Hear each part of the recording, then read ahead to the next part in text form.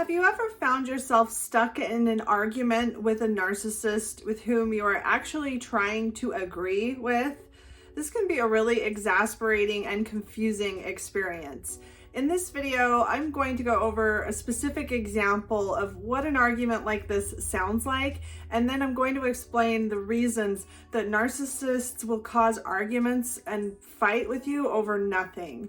Welcome to Looking Behind the Mirror, where we explore narcissism and take our lives back as we make sense out of nonsense. As a quick disclaimer, everything I say is based on my opinions and my personal experiences.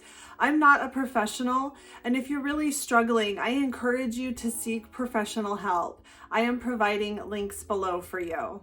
So for this video, I actually just wrote a script, and I'm going to play both parts, the narcissist and the non-narcissist that's trying to agree with the narcissist that's trying to continue a fight over nothing. So to set things up, let's say that you're just having a pleasant evening, you and the narcissist at home together on a normal average night, and maybe you're scrolling through the news and you see an article that says in the city you live in, they're now going to be imposing $500 fines for anybody that is caught littering. And when you see this article, you are a little surprised and you say something like, "Oh, look, they're gonna impose a $500 fine for littering.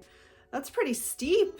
And the narcissist says something like, "Oh, so you think people should just be able to throw their trash wherever they want?" "No, I just think $500 is a little high." "Well, why don't we just all start throwing our litter out the windows then if you don't care about littering?" I didn't say I didn't care. I just think $500 is a little high. Don't you think it's a little high? "Well, maybe we should just start asking people really nicely not to litter. Maybe we don't need any consequences for it." I'm not saying that there shouldn't be any consequences for littering. I don't know, maybe $500 isn't that unreasonable. I just thought it was a little high, that's all. "Well, maybe we should just walk in trash up to our ankles everywhere we go so we don't have to inconvenience anybody that's not right next to a trash can." I'm not saying that I don't care about littering or that there shouldn't be any rules. I don't know, shouldn't there be a limit? I mean, shouldn't there be some limit to the punishment for littering? "Oh, I don't know, maybe we should just start paying people to throw their garbage in the street. Would you like that?" "No, did you know that plastic bottles never go away after you throw them out? Do you know how many birds die from eating your garbage?" I agree with you about the littering. I think that littering is bad. I was just saying that. "Do you have any idea how many accidents are caused by people that are swerving around the garbage that you throw in the street all the time?" I hadn't really even thought about that. "Obviously not. You think that we should just let people do whatever they want." I didn't say that. "Did you know that animals can die from eating your spoiled food or your food wrappers? You're always saying that you care so much about animals, but what about now? I guess that goes right out the window when we have to impose a fine on something." That's not what I meant. This can go on for hours, as I'm sure many of you are maybe possibly re-traumatized right now listening to this argument, where you've got one point and the narcissist seems to have completely misunderstood what you're trying to say. And even when you start trying to maybe even play devil's advocate against your original point, it doesn't seem to do any good. The narcissist seems completely committed to arguing with you and somehow seemingly perceiving an argument coming back from you. No matter what you say or how you say it, it's as if you're in this heated argument over nothing. And the harder you try to communicate and the more you try to say that you do agree with their main point, it's like they can't hear you. Now, what exactly is going on here? I'll tell you what's not going on here. What's not going on here is the narcissist being confused about your points. The narcissist is not confused about whether or not you agree with what they're saying. They're not even really thinking about that. They're not even really thinking about what you think or what it is you're trying to say. The narcissist really is doing what it feels like they're doing. They're using you as some sort of dehumanized punching bag. They're using you as some sort of prop in order to keep an argument going because they just want to argue. But why is this? As you can probably sense while you're stuck in these kinds of arguments, you don't really exist in this argument. Nothing that you're actually trying to say is being heard. The narcissist really can't hear you, can't see you, can't recognize you as an autonomous person with their own thoughts. They're really projecting what they want to hear, what they feel is being said onto you, and nothing that you actually think or nothing that you actually try to communicate is ever going to get through to them if it doesn't jive perfectly with their narrative. For narcissists, feelings are facts. The way they feel about things is a far more powerful, reliable form of evidence than actual evidence. So in a situation like this, they may feel like you're arguing with them, and they may feel like you're disrespecting their viewpoints. And that's all that matters. They don't care what you're actually trying to say or what you actually think.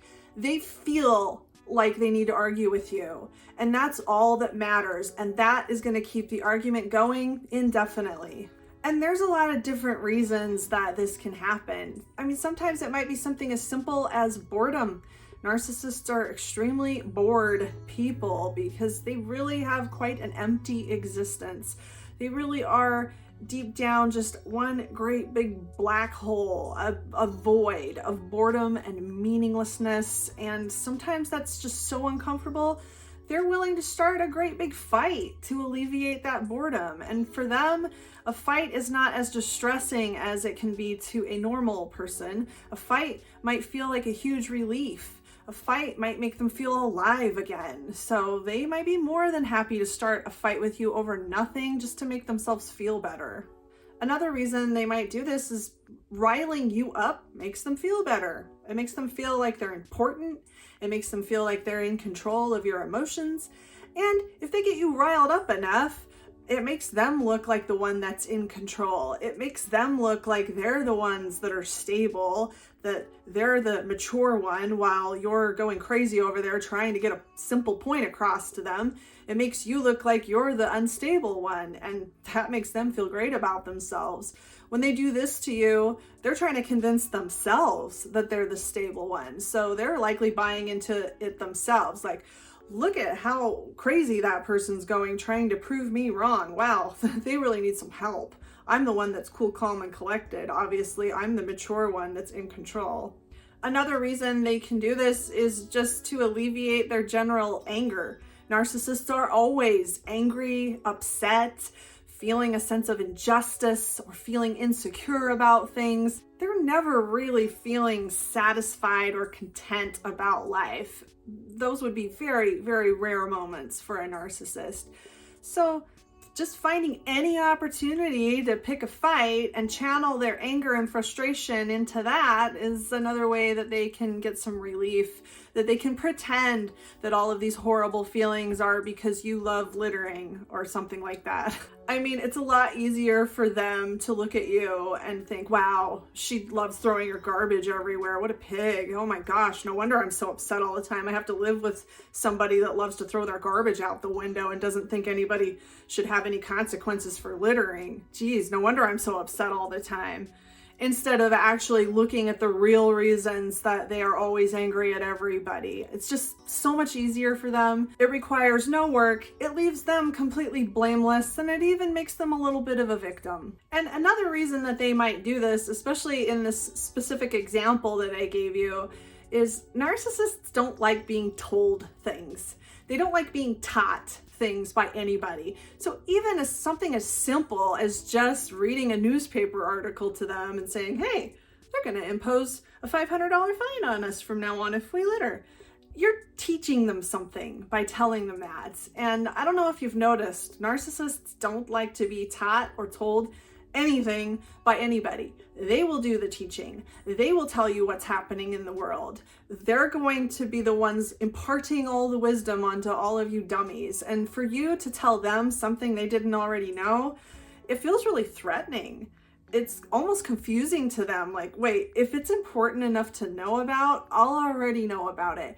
And this really does apply to even something as simple and seemingly non-threatening as reading them a news article that they just haven't gotten around to seeing yet. So in a situation like this, they'll disagree with you just to disagree with you, or just to find some way to be contrary so that they can take control back of the situation, so that they can dominate the conversation once more and regain the position of the teacher, so to speak.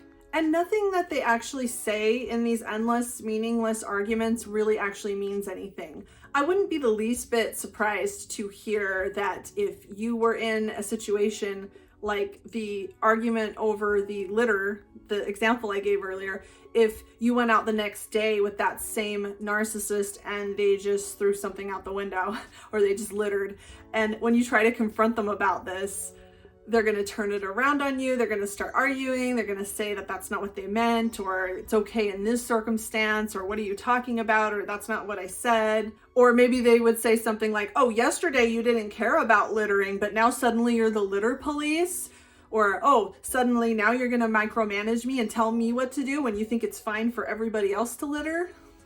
And if it wasn't so frustrating and confusing, it would actually be kind of funny. But it's really not funny when you're stuck in a relationship with somebody that is this irrational and this volatile and argumentative. Somebody that actually enjoys arguing with you and doesn't care how distressing it is for you and how much it potentially can really hurt your feelings and even frighten you when it gets to certain levels. The purpose of this video is to help any of you that are in this situation to identify how toxic the relationship actually is. If this happens to you a lot, where you're caught in endless arguments that you can't find your way out of, and you can't even agree your way out of, this is nothing that anybody should ever have to put up with. And it's important to understand that people that do this aren't going to stop doing this. They're not doing it because they're confused. They're not doing it because they need you to keep trying to explain to them that you're not fighting with them and that you don't want to argue about it. It's not something that you are going to be able to say anything to fix. This is not something that you can end. You cannot end these arguments by trying to end these arguments, because you're arguing with someone that wants to argue with you and doesn't care what kind of damage it does to the relationship. I don't know about you, but in my opinion, life's too short to spend a lot of time with people that are going to treat me this way, with people that value arguing more than they value harmony, more than they value the sanctity of a relationship with me. So in my opinion, these kind of relationships are just not worth your time and not worth all the brain cells lost while you're in them. But what can you do if you are stuck in a relationship like this? What can you do when somebody starts arguing with you over nothing and you can't figure out a way to end the argument? Really, as counterintuitive as it is, the best thing that you can do is really just to start agreeing with everything they say, and not really in any substantive way. I don't know how to say that word. Not in any way that really acknowledges what they're saying or means anything. Really nothing more than just smiling and nodding and saying things like, oh, that's a good point. Oh, I hadn't thought of it like that. And they're going to continue to come back with argumentative things like, well, why don't you think about it like that? Or are you just agreeing with me to agree with me? And all you got to do is keep doubling down on it and just nodding and saying, well, maybe I am. I don't know.